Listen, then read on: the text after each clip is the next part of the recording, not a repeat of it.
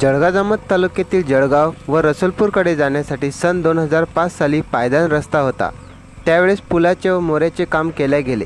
ते काम BMC व मुख्यमंत्री ग्रामीण सडक योजनेअंतर्गत केले गेले असल्याचे बोलले जात आहे। सद्यस्थितीमध्ये जळगाव व रसूलपूर मार्गावर पुलाचे काम चालू आहे। या पुलाच्या कामात वापरण्यात येणारे साहित्य निकृष्ट प्रतीचे असून ठेकेदार व कामाचा ठेका घेऊन मोकळा झाला आहे व पुलाच्या कामाच्या ठिकाणी ठेकेदार साहेबांना हजर राहण्यासाठी वेळ नसल्याचे दिसत आहे। जळगाव जामोद तसेच संग्रामपूर तालुक्यात ग्रामीण भागामध्ये सडक, नाल्या, अंगणवाडी तसेच पुलाच्या कामामध्ये मोठ्या प्रमाणात भ्रष्टाचार चालू असल्याचे निदर्शनास येत आहे।